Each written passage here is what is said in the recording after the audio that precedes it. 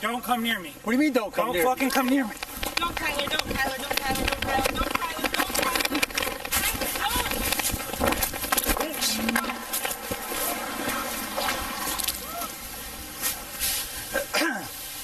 Get him away from me. I don't know if he stabbed me What is going or on? what he did.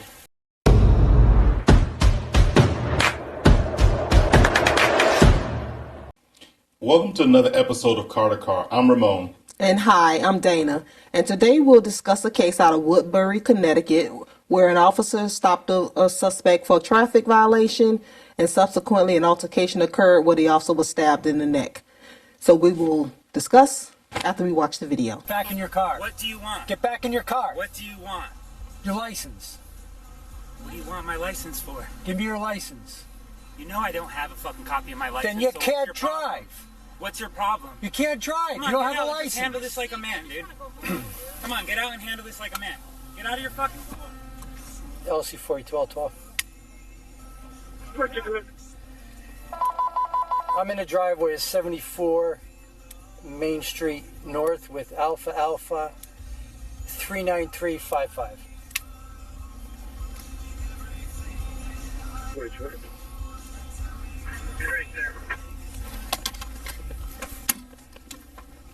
Be advised, the operator is walking away.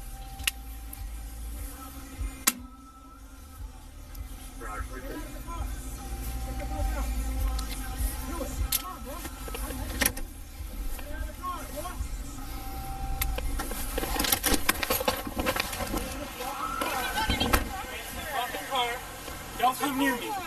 Don't come near me. What do you mean don't come Don't near me? fucking come near me. Don't Kyler, don't Kyler, don't Kyler, don't Kyler, don't Kyler, don't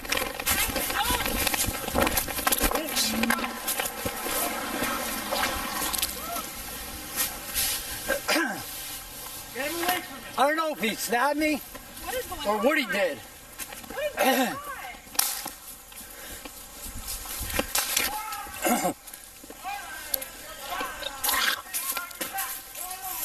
LC 4012.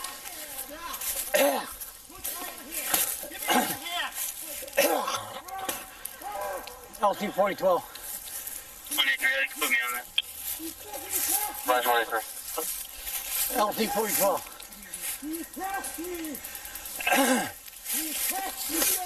LC 42 Trubel. Go ahead, that was 42. Send me an ambulance for me. Yeah, I think so. Right here in my neck. Roger. Come over here. Come over here.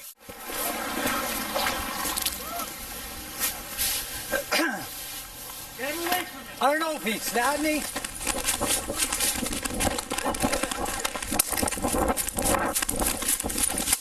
All right. Put your hands behind your back. Put your hands behind your back. All right. Hands behind your back. Okay. Down. Give me your other hand. Give me your other hand. Okay. He attacked me. Give me your other hand. He fucking attacked me. He attacked me. Give me your hand. He attacked me. He attacked me. Give me your other hand. He fucking attacked me. Did he stab you? He attacked me. Yeah, I think so. Let me see where. Right here, right there. Here, come over here, Jimmy. Come over here. Come on. Come over here. Jimmy, sit down.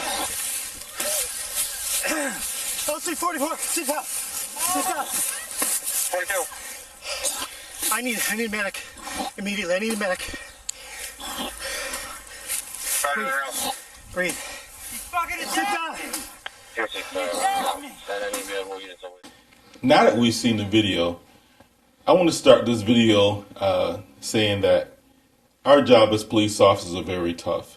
And I want to just commend the officer who was stabbed in the neck for standing the fight. You know, we're trained that when something happens to us, it's not if something happens to it, it's when and what are we going to do to save our own life. And this officer, along with his backup officer, saved this officer's life. And so I want to commend you first for standing the fight, being able to stay present, having the presence of mind to get on the radio and say, hey, listen, I need some help, and then telling the other officer to make sure that they knew that something happened to you, so you guys could have gotten you to the hospital. And so, Absolutely. I want to just say I commend you for staying in the fight, because this is a tough, sometimes thankless job, and things like this can happen. So when I first saw it, I was like, wow, I was very proud of you for staying in the fight. So when I look at the totality of the video and I see the stop, we're trained as police officers for the most part to beat anyone on a traffic violation out of the car. So if somebody gets out of the car, we get out of the car. If we stop the car, we run the tag, give all the information, and then we get out when we're ready. But sometimes people beat you out of the car.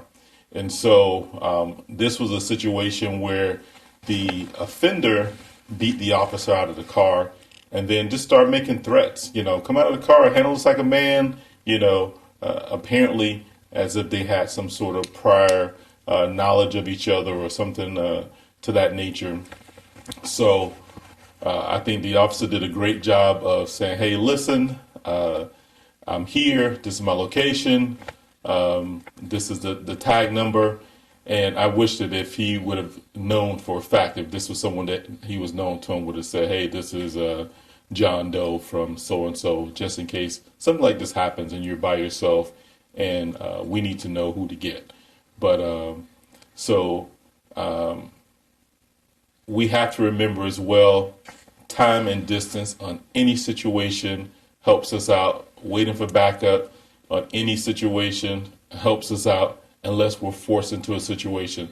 I know sometimes we don't want to feel like we're being punked or we're not tough and strong and this and that on some of these situations, but sometimes the best thing to do is to wait, is to retreat. And so I wish that the officer would have waited in his police car when he heard this guy being, hey, come out, let's do this, blah, blah, blah, this and that. So I wish he would have waited until the backup officer would have came and they could have approached the suspect together. They could have came at, at two different angles. They could have both had their tasers out, or one with a taser and one ready to go hands on. So, when I look at this, I wish that that situation would have happened. What do you think? Agreed, and I definitely agree. It's commendable that the officer stayed in the fight, and in addition to being hurt himself, he looks as if he was going to assist his partner with getting the suspect into custody while getting help for himself. So he stayed definitely in the fight, and commendable. And shout out to the backup officer. Shout out to you. Good job.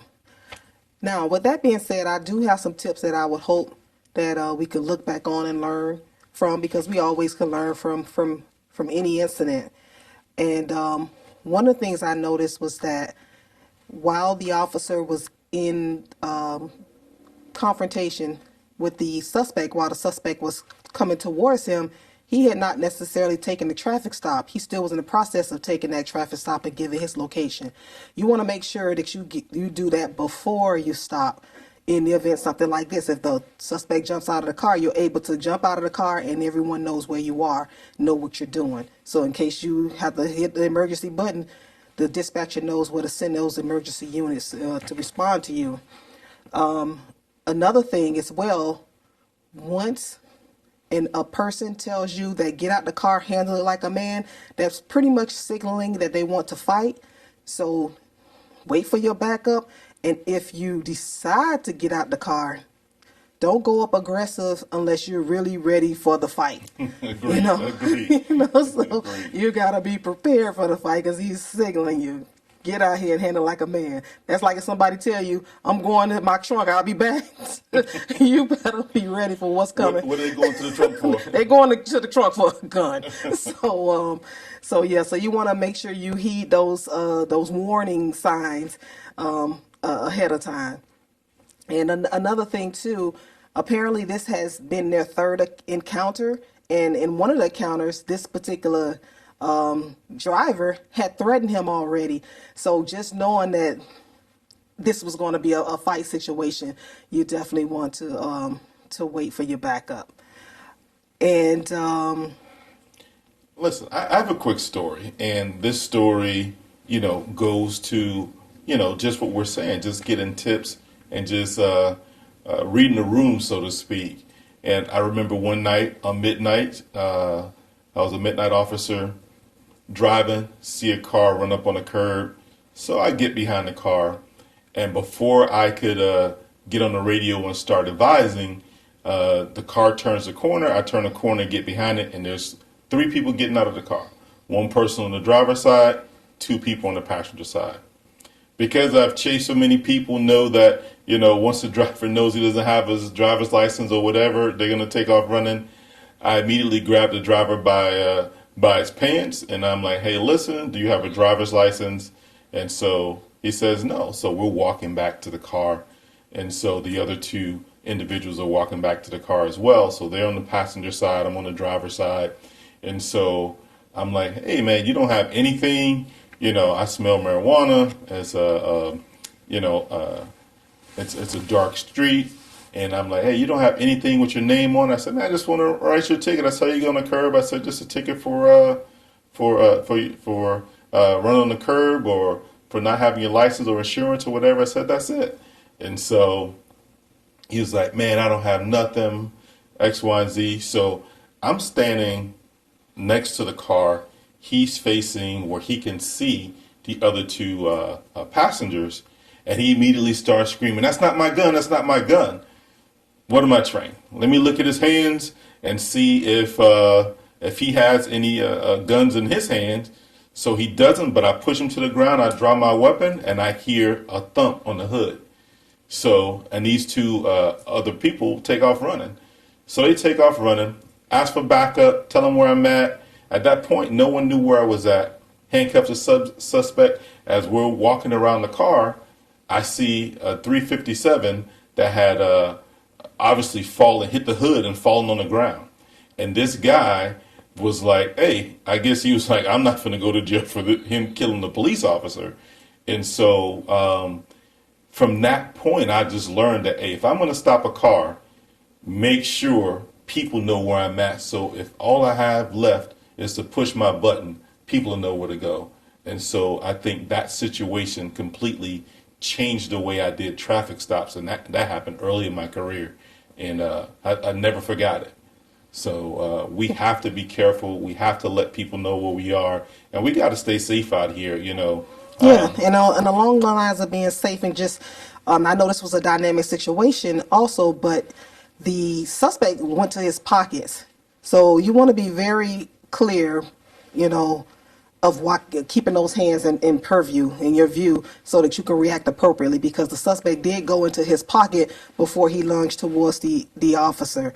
So so just be very mindful of those, little nuances with their hands. And because this was like the 3rd encounter, I had spoken in previous videos about even when you arrest people, to treat them with respect, because you never know when you'll encounter them again. And even if it's an arrest situation, you can talk someone into your car. Mm-hmm. And 3 times, on the 3rd time, you should, first name situation, you should be able to say, hey, this is what the situation is. It should be more of a conversation, even though you're stopping them for a criminal infraction or a traffic infraction, but it shouldn't be so contentious like that. There's something along the way, somewhere there was a breakdown in communication for this type of reaction to occur. So you never know when you'll see one of the suspects again. So treat them with respect, so the next time you see them, you can lessen the chances for violence to occur. Completely agree. And the final thing I'll say again, I wanted to say, great job staying in the fight, officer, for not giving up on yourself and just understanding, hey, I got to go home and let me get some help for myself. And thanks to that backup officer for also making sure that you got to the hospital. Agreed. And so there you have it. Another episode for Car to Car Podcast. Please be sure to like, share, subscribe, and comment. And until next time.